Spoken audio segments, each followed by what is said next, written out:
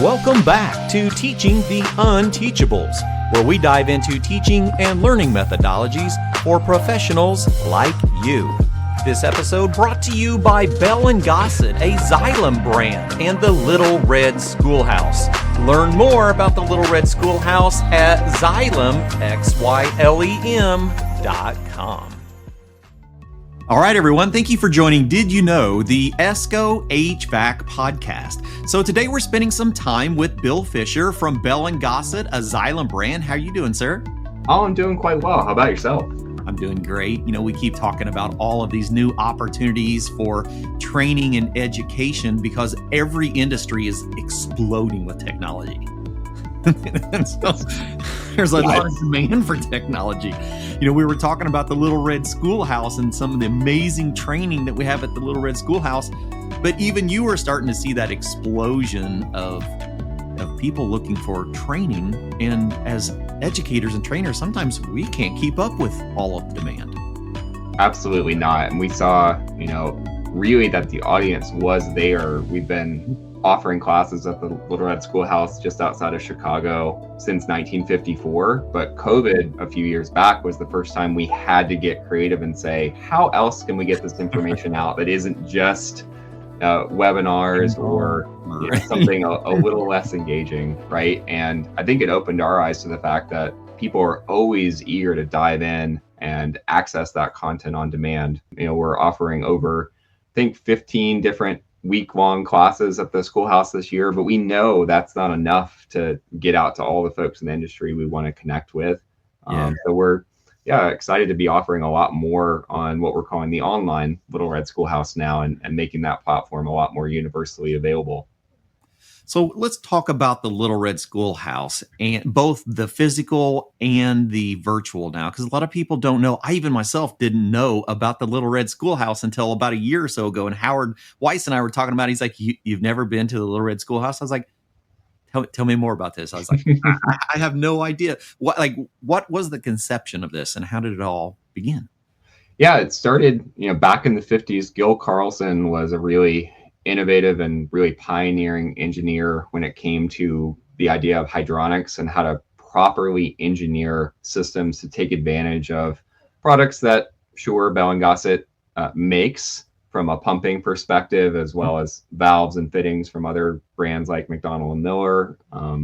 But trying to educate the industry about not just how to use those products or what those features and benefits are, the things that we all get, I think, a little sick of hearing from a sales pitch, right? Well, we care a lot less about that at the schoolhouse and more, if I'm a systems engineer or design engineer, or even mechanical contractor, trying to figure out how to deliver a really efficient source of heating or cooling to a new commercial building, what's the best way to design that? And, we found that getting folks in and being able to have conversations with those design engineers early on and say, how would you best design this system to make it the most efficient, for your client at the end of the day? And I think that conversation's only expanded lately when we talk about decarbonization. So I know there's been a lot of renewed interest in hydronics on that front. And certainly we feel like we've been,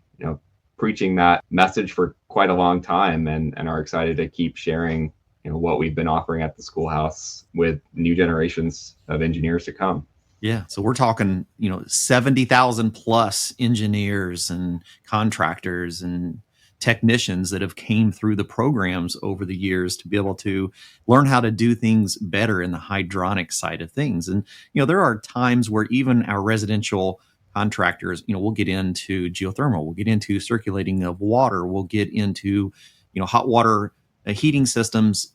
And in the past, that's been somewhat of a niche market for residential, and that's changing, and that's going to change.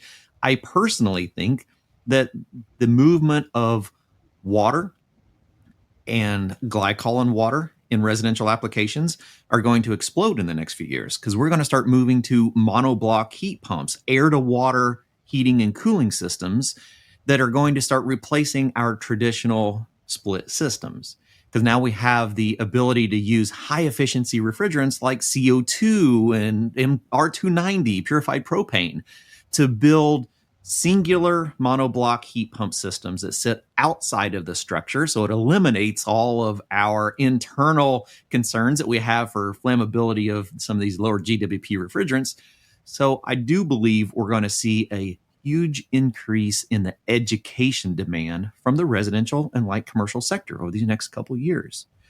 And that's really you. Oh, and I'd completely agree. Whether it was my first trip to the schoolhouse many years ago now, we often have a mix of students in person. It is, mechanical contractors as well as field service technicians. They are intermingling with the design engineers. That was a really great conversation to hear from both sides of the coin, so to speak. Hey, even those folks going out and issuing a no heat call late at night, their most favorite thing to do, right?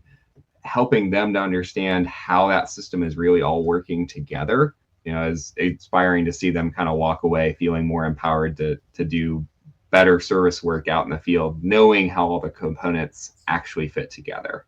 Yeah, that's a big deal, because when we start talking about, circulating water, there's other dynamics. Now we're talking fluid dynamics that we need to understand, not just air dynamics. Absolutely. Yeah. And there's a lot of things that Bell Gossett offers to make that easier, even for the non-engineer tools that many folks, it's so funny to me, have told me, I'll mention certain things about my job day to day, but if I mention the Bell Gossett system sizer, which is a physical kind of rule of thumb calculator of, hey, how big should your piping be depending on how many BTUs you're looking to bring through. It's funny to me how many people I've met from different firms, engineering and otherwise, who say, oh, the system sizer, sure, yeah, that's a tool you had forever. Those rules of thumb for the non-engineer are a really big part of our curriculum. And again, whether it's in person at the schoolhouse, which we've talked about more, but we're really excited when have even watched some new interactive and e-learning modules on the online Little Red Schoolhouse in recent months to make access to that education easier, more on demand, and even as a place for folks to feel like they can get comfortable with those topics, whether they're able to come to the schoolhouse in Chicago or not. Yeah. We see that as a huge asset for our educational programs. I can see sending an educator right over to the Little Red Schoolhouse to learn the hands-on, but we can't send every student into a program. But what we can do when we're talking about hydronics and we're talking about heating systems in the classroom, we can now have a well-prepared educator that can go, by the way, you all have homework tonight. You're going to go do this e-learning course so that you can get comfortable with this topic.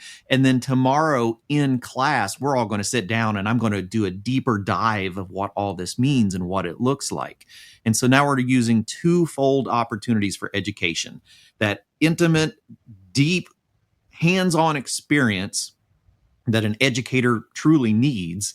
Then we also have the interactive side that is not just prep, but it could also be assignments for school. I mean, we can utilize this as homework opportunities and assignments.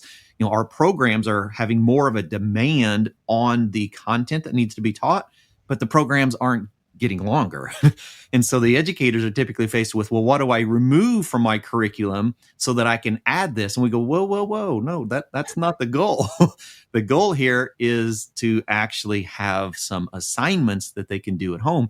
Our students are going to be at home on their phones for 6 to 8 hours a night, a day, really. Oh, absolutely. And it is so true. And we see it on the data side in terms of what makes really impactful and effective online training. As I said, in those early days of COVID, everyone, I think, jumped on the, hey, let's have a lot of webinars bandwagon. And there's a burnout that you can get there. There's a lack of engagement required from the learner. Yep. And personally, as someone who's learned a lot about this industry and other parts of what Xylem does in the last 10 years of my career, I don't know that that's really the most effective way to learn remotely. No. I think it's a very expedient way, and thus why it became kind of more popular. But my background ultimately is in educational design and curriculum design. So we're trying to bring those best practices from the training industry back and reinvigorate that in the schoolhouse side, make sure we're using thoughtful instructional design principles to make the training shorter, easier to consume, easier to walk away with something really actionable right away, instead of saying, well, I sat through that webinar, but I'm not really sure what I learned. Right. I heard a lot, but I didn't receive and retain a lot. Yeah, and it's difficult. I mean, I face that every week on our live show. I'll try to bring different educators and do topics, and I keep asking, all right, we got to do more than PowerPoint presentations. Can I come to your facility? Can we shoot some video? Can I do some actual hands-on demonstration? Are things that I can do in here so that we can even use some of that content later to pull into e-learning modules as little bits and pieces of that hands-on? So in today's educational realm, it's not as black and white and linear as it once was a decade or two ago. It's very modern. I see that being a challenge somewhat for the industry in some ways, because those who have been through those types of programs before feel that it is the only way to learn. Hey, this is what I had to do 30 years ago. Right. You've got to get down in the trenches and sit through 6 weeks of lectures again until you're even ready to hear about the next stage. And I don't think that's going to be an appealing way to draw in new people to the industry, and it's not going to engage with today's younger audience.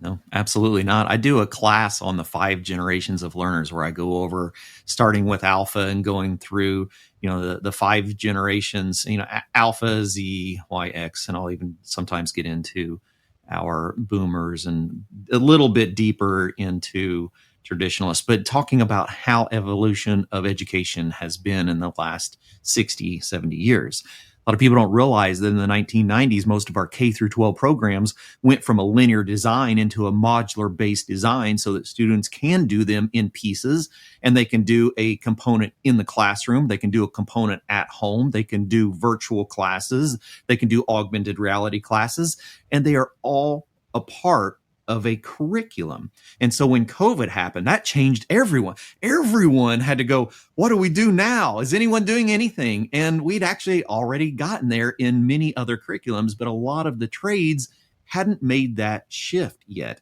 And now that we have had that experience, we have manufacturers like Xylem through Bell and Gossett looking at their products going, well, why don't we just redeliver our content in a different way so that it can be received by other learners? And that's exactly what you're doing. Yeah, absolutely. And, a lot of the content that we do have available today is also available for CEU, continuing education unit hours. So those modules are pretty clearly identified. There's a simple filter to say, hey, show me what's CEU eligible on the site. Yeah. You can see the number of hours you're going to get from the program, and it's a really seamless tool. Once you work through either interactive or webinar-based content, we are going to ask a little more of you and make sure you were, taking something away from it. So there'll be a quiz aspect, and then a certificate that you can take and download as well. So let's talk about some of the classes that are offered physically at the Little Red Schoolhouse and some of the classes that are offered virtually on the online virtual. Yeah, absolutely. So in person at the schoolhouse, we offer 4 to 5 standard classes today. You can read about those in a lot more detail at our website. That's bellgossett.com. Or if you go to xylem.com, XYLEM, and choose Bell and Gossett from our brands, there's a full tab dedicated to education and training where you can see our course curriculum, our materials, and access over to the online Little Red Schoolhouse that we've been chatting about today. Some of the core classes we offer, and especially for that non-engineer, we offer a class every quarter called Modern Hydronic Basics. Nice. And it is designed to introduce the fundamental principles of a hydronic system design. What are the pieces you need to consider? How do all of these elements or components, factor in? What are some of the basic fluid dynamics to keep in mind, like friction loss? Hey, I'm going to be pumping all of this fluid, water, glycol mixture through a pretty robust system. Do I have a strong enough pump to really do that? How do I even pick a pump that will do that correctly rather than just picking whatever was on the shelf at my distributor, right? So that'll be, I think, for anyone, regardless of your level of experience, such a great class to start with. And we have a lot of equivalents to that class available on the online Little Red Schoolhouse as well.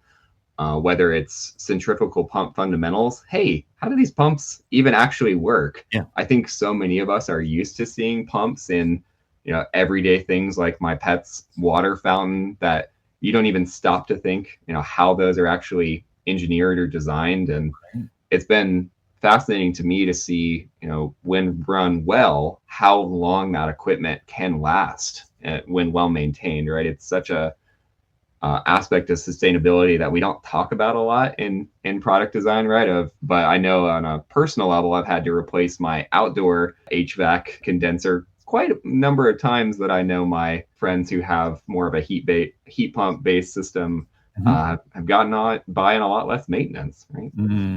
Yeah. So it's truly understanding the products that we're installing. Yeah, fundamentally. Yeah, truly. And we also see that there are classes on a traveling classroom program where you're doing remote classrooms, I assume, with distributors and with educational facilities. Tell me a little bit more about that. Yeah, absolutely. So we are traveling. Little Red Schoolhouse is a great partnership that we have with our rep partners all across the U.S. Try to offer at least 10 to 12 of those seminars regionally.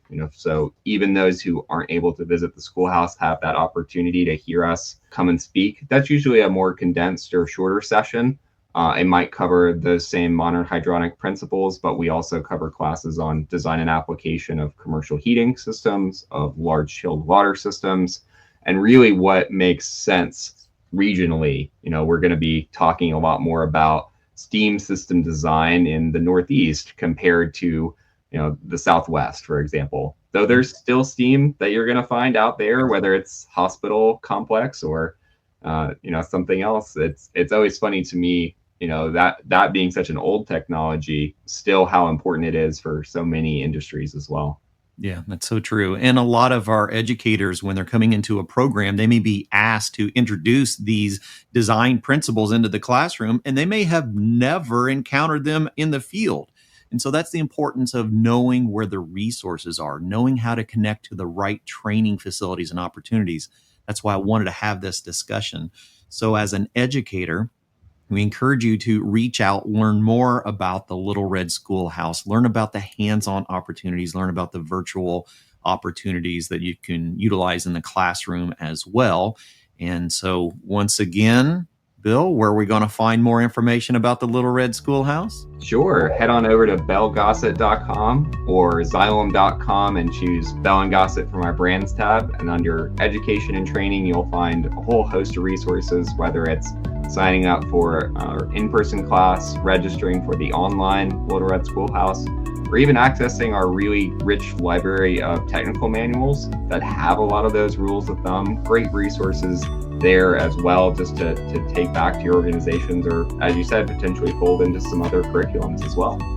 Excellent. Bill Fisher from Bell and Gossett, a Xylem brand. I appreciate you hanging out with us today and giving us some further educational resources. Yeah, happy to do it, and hope to host you up at Morton Grove in the schoolhouse one day soon. I am looking forward to a road trip on that one. All right. Thank you, sir. And thank you.